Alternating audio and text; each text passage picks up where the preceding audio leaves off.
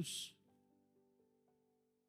aquilo que eu prometi fazer, eu não estou fazendo. Porque eu prometi quando estava namorando ainda, e quando eu me casei, eu fiz uma promessa para mim mesmo: eu não vou ser igual ao meu pai, eu vou ser melhor.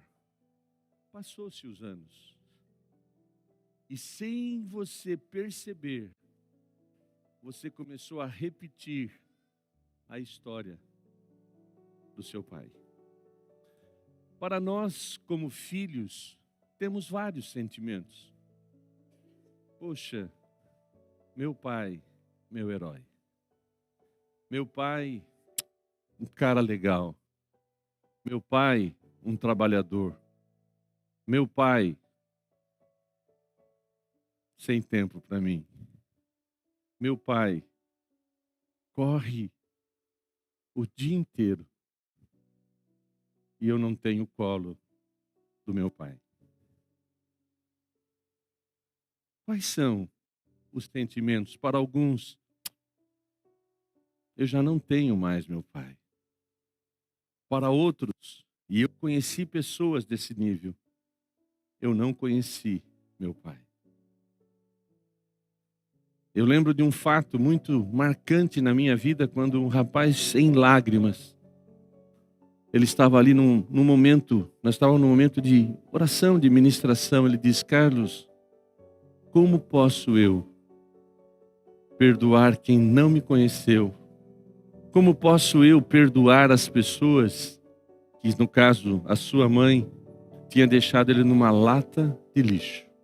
Literal, irmãos. Ele não conheceu o pai. A mãe, ao ter dado à luz, no desespero por não ter ninguém, colocou numa lata de lixo.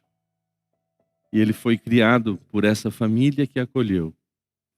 Então, quando nós pensamos nesta questão de pai, na maioria de nós temos alguns bloqueios, algumas interpretações que tivemos, interpretações emocionais dentro de nós.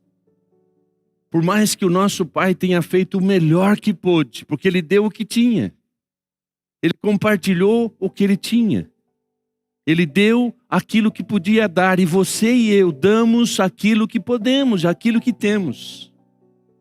Então nós precisamos sim de um pai maior, que pode pegar todas estas questões e frustrações e sentimentos e traumas e todas as nossas inseguranças. Nós precisamos de um pai que esteja acima de tudo isso, e nós sim temos esta oportunidade. Pois em João 1,12 diz assim: todos quanto o receberam, deu-lhe o poder de serem feitos filhos de Deus. Lá em 1 João 3 diz assim: olha, vede quão grande amor nos tem concedido o Pai, de sermos feitos filhos do Senhor. 1 João 3,1. E de fato somos. Então nós temos o privilégio, sabe, de conhecer a Deus como nosso Pai. E esse Pai é um Pai restaurador das nossas questões, dos nossos sentimentos, dos nossos traumas, dos nossos acertos, dos nossos erros. Ele se torna um pai que está sempre de braços abertos, está sempre acolhendo as nossas frustrações, as nossas inseguranças, aquele sentimento de perda, porque alguns perderam seus pais muito cedo, ou até mesmo quando lembra do seu pai, traz aquele sentimento de saudade, porque era alguém tão importante. Mas Deus, ele se torna verdadeiramente o nosso Pai, e esse Pai restaurador. E aqui em Salmo 68, ele fala algo interessante, 68, 5 e 6. Põe lá para mim. Que Deus, ele é Pai para os órfãos e defensor das viúvas. É Deus em sua santa... Vamos lá. Deus faz que o solitário... Volta no 5, por favor. Pai dos órfãos e juiz das viúvas, é Deus em sua santa morada. Deus faz o solitário que mora em família, tira os cativos para a prosperidade, e só os rebeldes habitam na terra estéril. Então observe aqui que ele está falando de que o solitário, ele acolhe, que o solitário que ele faz, que vive em família. E quantas pessoas, e muitas vezes nós nos encaixamos nesta situação, que tínhamos uma vida solitária, cheia de insegurança, cheia de sentimentos que nos sufocavam, e de repente Deus nos leva a fazer parte de família. Deus nos traz família que nos acolhe, que restaura, que Deus usa para despertar a nossa vida. Então que nós entendamos sim que o nosso Deus, Ele é o Pai dos órfãos. Ele é acolhedor dos órfãos. Ele está sempre desejoso em nos acolher. Órfãos de pais vivos e órfãos de pais que morreram. Porque hoje nós temos uma geração de órfãos de pais vivos. Porque olha, amados, eu sei do desafio, pelo menos não sei sentir o que você sente, mas que desafio ser pais nesta geração. Aonde a cobrança, o custo de vida, as tensões que você sofre, e olha que dificuldade é você conseguir ser aquele pai presente, aquele pai que acolhe, aquele pai que dá colo para o seu filho, para a sua filha. Então é desafios, e existe uma geração de órfãos de pais vivos. Mas nós temos a segurança de que Deus, Ele é poderoso para restaurar o coração dos órfãos. Ele é poderoso para acolher aquele que se sente culpado porque se sente fracassado ou se sente cobrado por não ser um pai como ele deveria ser. Então Deus, Ele é acolhedor. Então nós precisamos ter esta segurança de que Deus, Ele não está nos cobrando no sentido de acusar, mas Ele está nos chamando para compartilhar com Ele a nossa dor, a nossa tristeza, as nossas frustrações, as nossas alegrias, porque temos também contexto de família, de algumas famílias, e vamos orar porque aumente ainda muito mais um contexto de família onde o pai é presente, onde o pai traz direcionamento, onde o pai realmente é um homem temente a Deus, mas mesmo sendo tudo isso, o filho terá as suas interpretações. Então nós precisamos nos conectar com este Pai que está nos céus. Nós precisamos conectar com Ele para que possamos então permitir que Ele tire de nós os nossos bloqueios, as nossas inseguranças. Então um bloqueio de paternidade é algo muito real na nossa sociedade, em nossas vidas.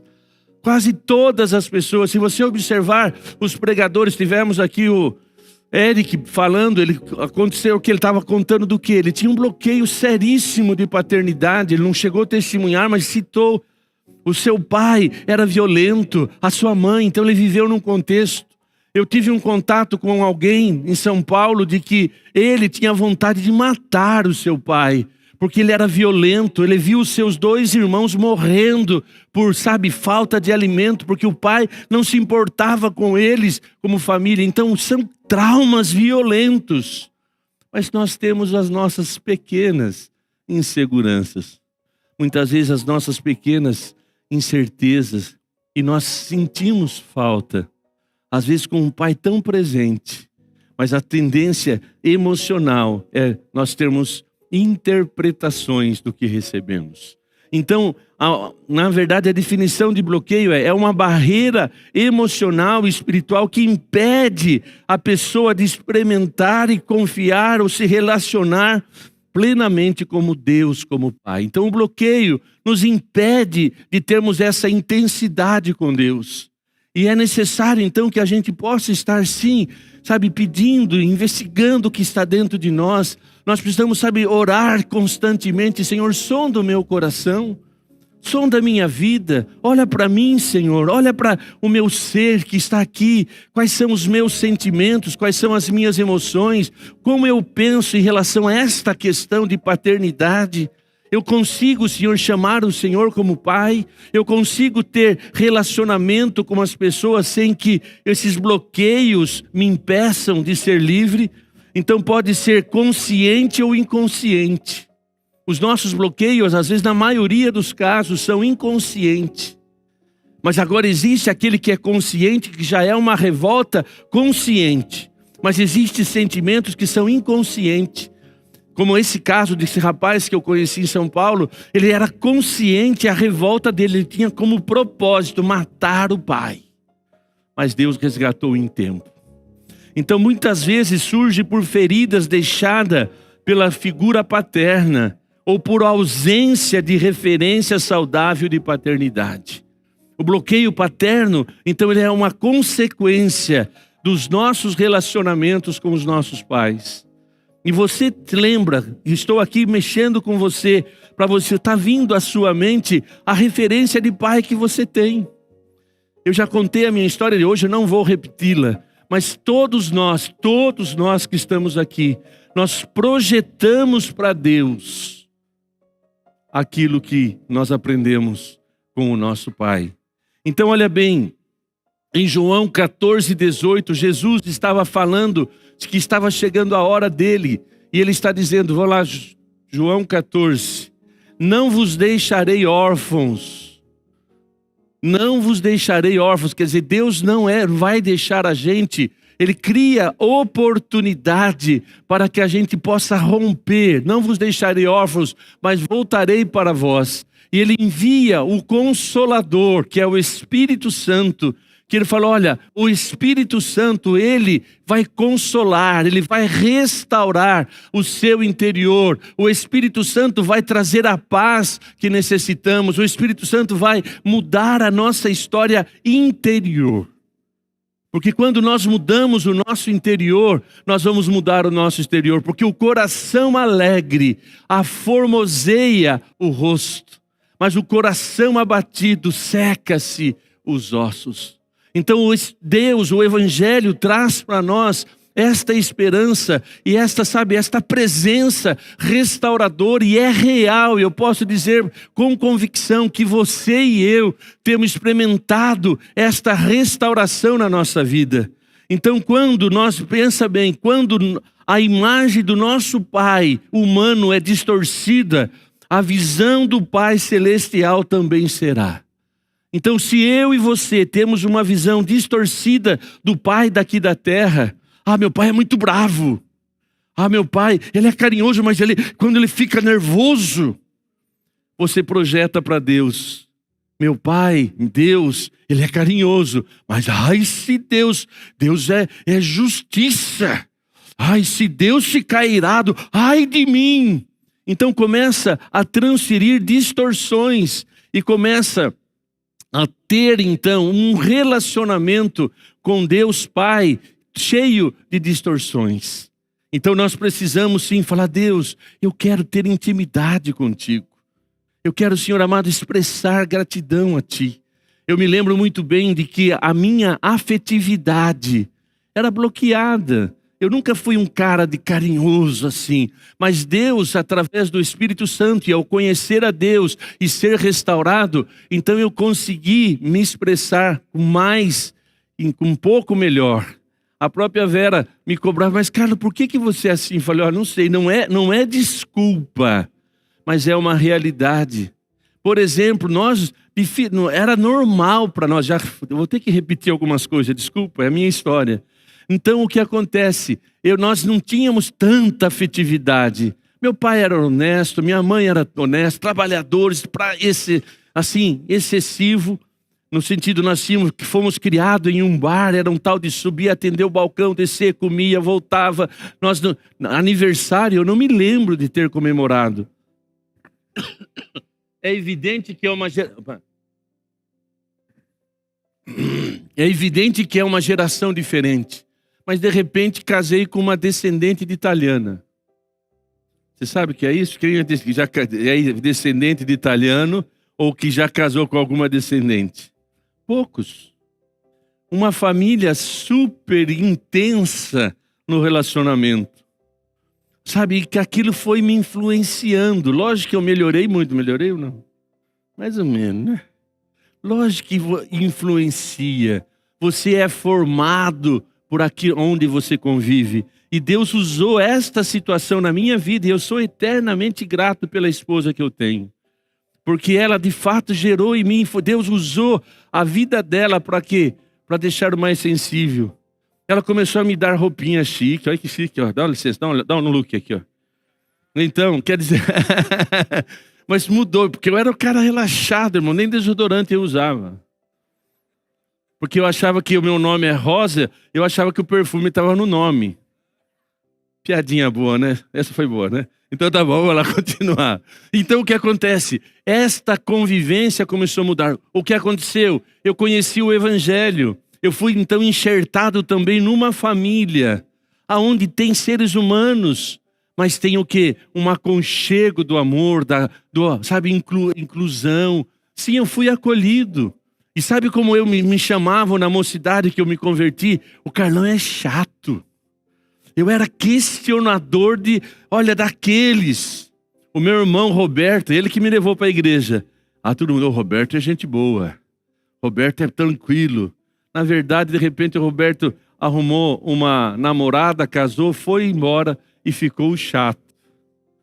E Deus, na sua infinita graça, tem me transformado de dia em dia, de glória em glória. Mas eu trouxe toda uma bagagem emocional. E Deus começou a trabalhar em mim. Você também tem a sua bagagem. Você também tem a sua história. Mas lembre-se, Jesus, Ele quer ser o nosso ontem, hoje. O que Ele é hoje, Ele quer ser o ontem, quer ser eternamente. No sentido de, cara, mas como assim? É regressão? O que é esse negócio? Não é nada disso. Nós temos o nosso ontem nas nossas lembranças. Nós temos o nosso ontem nas nossas memórias.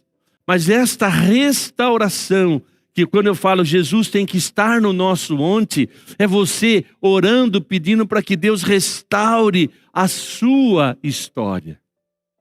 Para que Deus restaure as suas lembranças, para que Ele cure os seus traumas.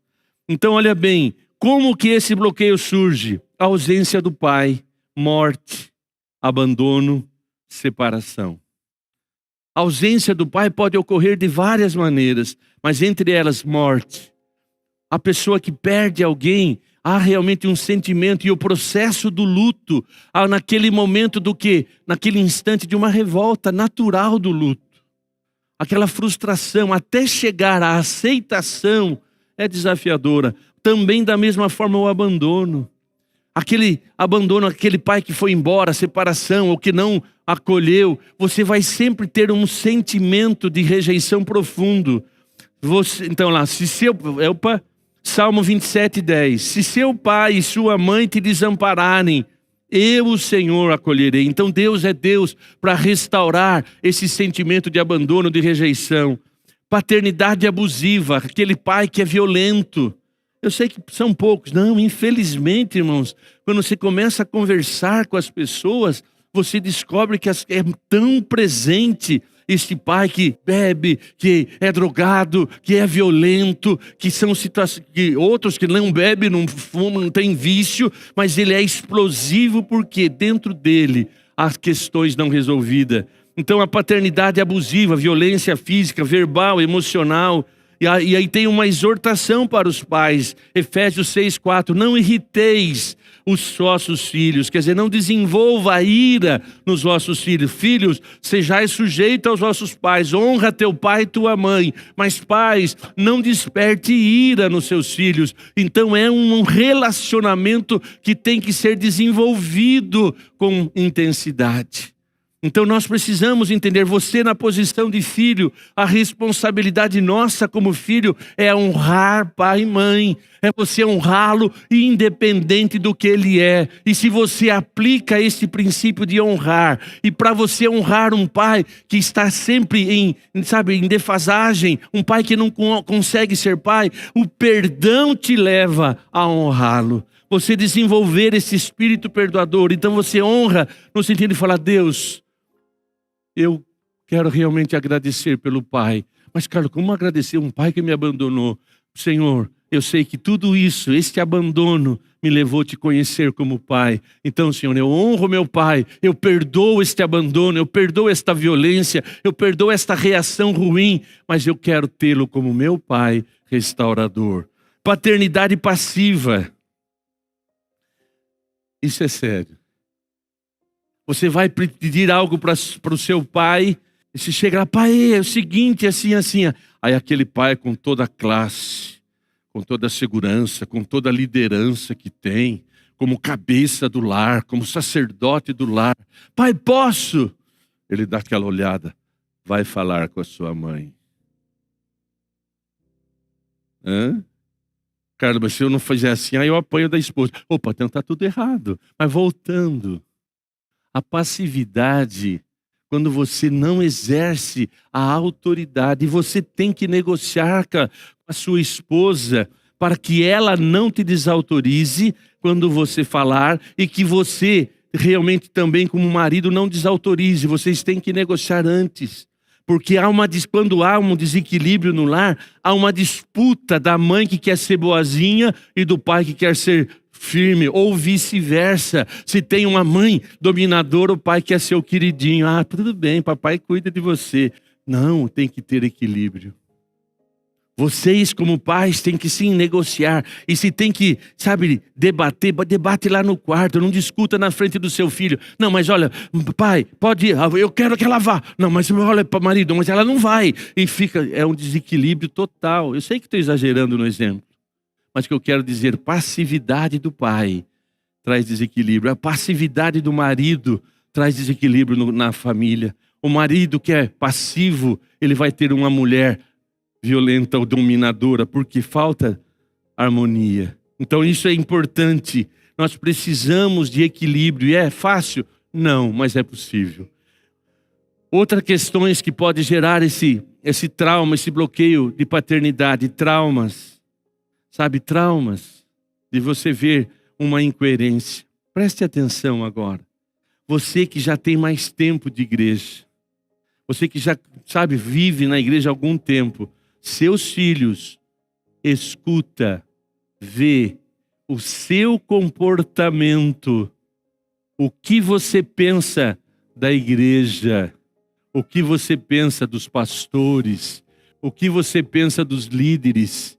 Se você não é um pai, uma mãe sábia, você está comentando ali no seu lar e eles estão recebendo as suas frustrações e você pode estar colocando a sua opinião por um coração não resolvido e muitos dos filhos rejeitam a fé por ver a incoerência dos seus pais.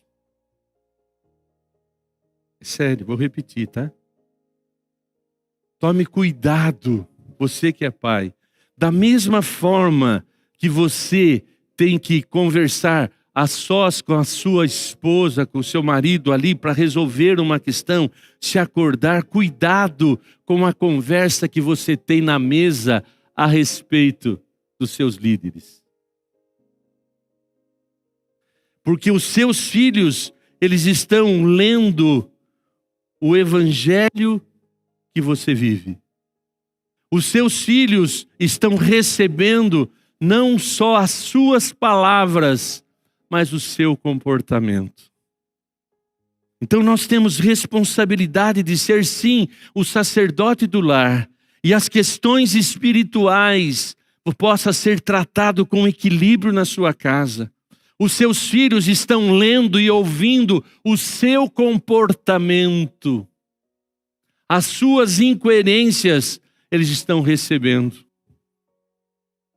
Ele vê você aqui na igreja como, oi querido, paz querido, oi querida, paz. Você aqui é um anjo. Entrou no carro. Cala a boca, fica quieto. Estou exagerando, tá? Estou exagerando. Mas a incoerência é o evangelho que eles estão lendo. A incoerência se manifesta no trabalho. Se as pessoas estão lendo aquilo que você diz que crê. Então nós precisamos sim desta responsabilidade de assumirmos a nossa posição espiritual. Então tome cuidado sim. Porque tem adolescentes que, olha, aquela maneira que você conduz as questões espirituais com seus filhos. Muitos se rebelam. Não porque se rebela com a igreja, se rebelam com a incoerência que os pais têm da fé. Isto é sério. Isso é muito sério. Carlos, mas eu tenho coisa que eu não concordo. Seja cristão o suficiente de não falar por trás. Vou repetir. Seja cristão o suficiente para não ser um fofoqueiro, uma pessoa dominada pela crítica. Você é o crítico de excelência. Fazer o que eu estou fazendo todo domingo. Fique tranquilo. Fica bem tranquilinho no seu canto. Com Deus não se brinca. Tudo que o homem planta, ele colhe. Desafio, Carlos, você fala isso porque você não é pai, mas eu sou cristão. E ai de mim, se sou uma coisa aqui e ao entrar no carro ou lá como no meu trabalho, eu for incoerente. Pais, ensina a criança no caminho que deve andar, porque quando ele crescer, não esquecerá dele. Ensinar é mais do que palavras. Ensinar é viver. É você e eu nos tornarmos como Paulo. Sejam os meus imitadores, como eu sou de Cristo. Caramba, não estou no nível de Paulo, mas também fique tranquilo. Eles já estão imitando o que você é. Eles já estão copiando de você o que você fala, o seu comportamento, as suas reações. Fique tranquilo. Mas então vamos dar um passo atrás e falar: Senhor, tem misericórdia, Senhor. Me dá um coração quebrantado para que eu possa sim viver o teu evangelho e que eles possam seguir a minha humildade de reconhecer quando erro, a minha humildade de dizer sim, eu sou limitado, mas porque pode ter certeza, seus filhos estão seguindo os seus passos. E não só as coisas boas, os seus maus exemplos. Então, que você possa estar cuidando disso. Que você possa realmente não gerar frustrações no seu filho em relação a Deus. Que na hora das suas crises, nas provas, que nós possamos desenvolver a fé de Jó. Uma mulher que chega para ele: amaldiçoe o teu Deus, Jó. Como é que pode? Perdemos os filhos, perdemos tudo. Amaldiçoa o teu Deus e morre. Olha como você está. Mas Jó tinha uma convicção. Louca. Deus deu, Deus tirou. Louvado seja o nome do Senhor. Cuidado com as suas reações na casa. Cuidado, esposa, cuidado, marido. Cuidado, filhos, porque também seus pais estão vendo a sua fé que ainda você tem que ganhar. Vamos lá, avançando. Nós temos que estarmos realmente conscientes da nossa responsabilidade de pais e filhos. Ai, Carlos, graças a Deus, você está hoje pegando no pé dos pais. Não, vou pegar no seu que é filho. Porque você é fruto. Agora, se você não tiver uma decisão de cuidar do seu coração, ai de você que se rebela contra os seus pais. Ai de você que por causa das suas frustrações, por causa dos erros que cometeram contra mim, eu vou me rebelar. Não, você aprendeu muito cedo a orar o Pai Nosso. Perdoa as minhas dívidas, perdoa os meus pecados, assim como tenho perdoado quem tem me ofendido. Você, pai, tem que sim perdoar seus filhos. Filhos, você tem que perdoar seus pais. E olha bem, sinais de quem tem esses bloqueios. Dificuldade em orar e chamar Deus como Pai. Medo constante, segunda coisa, medo constante de rejeição. Incapacidade de confiar plenamente. Como posso eu confiar em Deus se quem deveria ser referência para mim é um mau exemplo? Autoimagem distorcida, sentimento de indignidade. A pessoa bloqueada, ela vai ter uma autoimagem negativa. ela vai ter uma busca exagerada de aprovação de outras pessoas. A pessoa que tem um bloqueio de paternidade, ela faz de tudo para ser aceita e está sempre sendo rejeitada. Então essa busca inconstante é aquela pessoa que quer agradar a qualquer custo, é reflexo de bloqueio de paternidade. Outra reação, uma reação defensiva. Ela sempre está se escondendo. Uma reação defensiva quando disciplinado. Qual foi a reação que Adão teve quando Deus chega e pergunta: Adão, você comeu da fruta que eu falei para não comer? Ah, Senhor, eu não tenho nada a ver com isso. Imagine. Sabe o que é? A mulher que tu me deste. A serpente chegou lá e dobrou Eva. Ela veio e falou: se eu não comesse, eu apanhava em casa. Não foi. Culpou Deus. Então, cuidado se você não tem humildade quando alguém te chama, alerta você, ou até exorta você, chama a sua atenção. Seja humilde. Não entre na defensiva. Que você possa dizer: olha, me perdoa. E obrigado pela sua ajuda. Então vamos lá. Nós vemos isso acontecendo em Lucas 15, do 25 ao 32, não precisa abrir. O irmão do filho pródigo. Ele tinha assim uma visão totalmente errada do seu pai.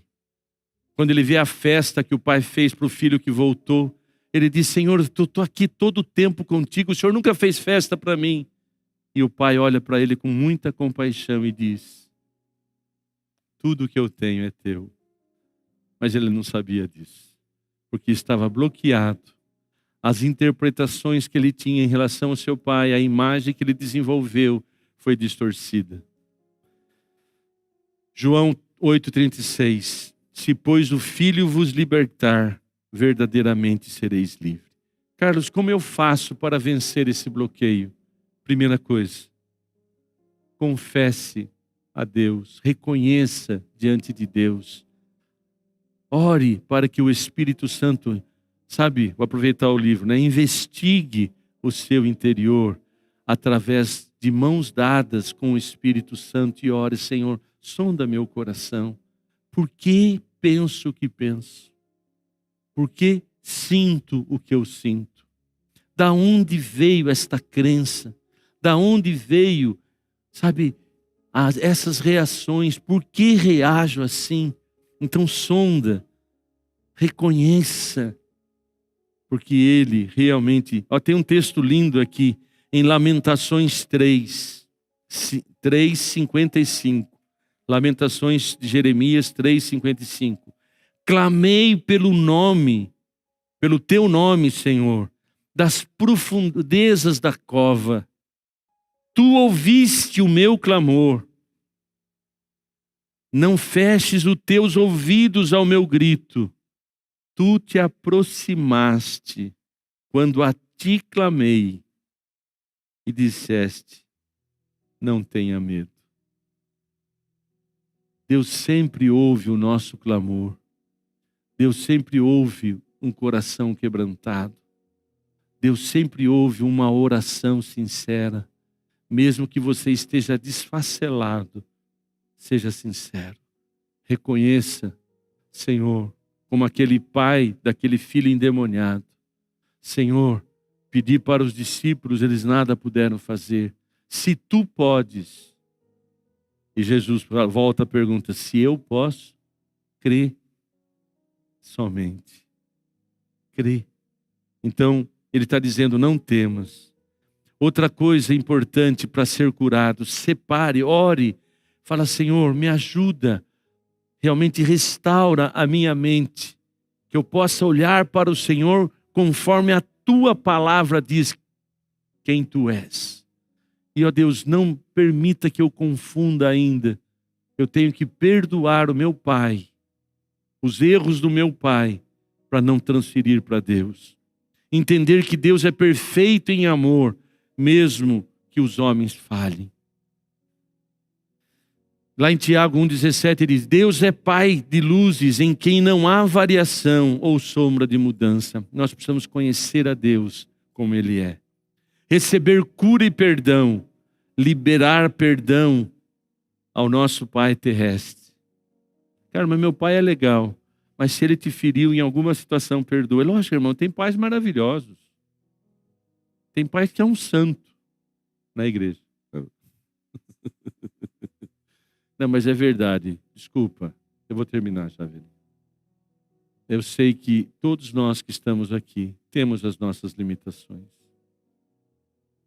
E você, pai, quem pode te fazer um pai sábio é a fonte.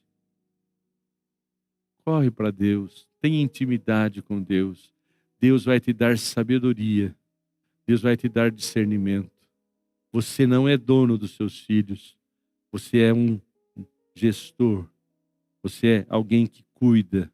Ame seus filhos. Ensine através dos exemplos. E eu encerro realmente. O Espírito Santo testifica com o nosso espírito que somos filhos de Deus. Não abra mão da paternidade de Deus. Não abra mão desta certeza absoluta. Você é filho. Agora, nós como seres humanos, vamos falhar. Pais, você vai falhar. Mas seja humilde para chegar para as pessoas quando falhar. No caso, para o seu filho. Quando você exagerar, filho, o pai exagerou, me perdoa. Você, filho, quando você quiser, cara, me dá um trocado, respeite seu pai, por favor. Toma a posição de ser filho. Você que és filho de Deus, ame seu pai, honre sua mãe. Eu espero que esta reflexão não seja peso para você, mas que você possa ouvir o chamado de Jesus que diz: vinde a mim, todos vós, que estáis cansados e sobrecarregados, que eu vos aliviarei. Quem de nós aqui não tem os bloqueios? Todos nós. Quem de nós aqui não existe momentos da nossa vida que dizemos como Paulo: miserável homem que sou, aquilo que eu quero fazer não faço. Mas também nós temos a segurança de que aquele que começou a boa obra em nós está aperfeiçoando até o dia de Cristo. Feche seus olhos. Você na posição de filho,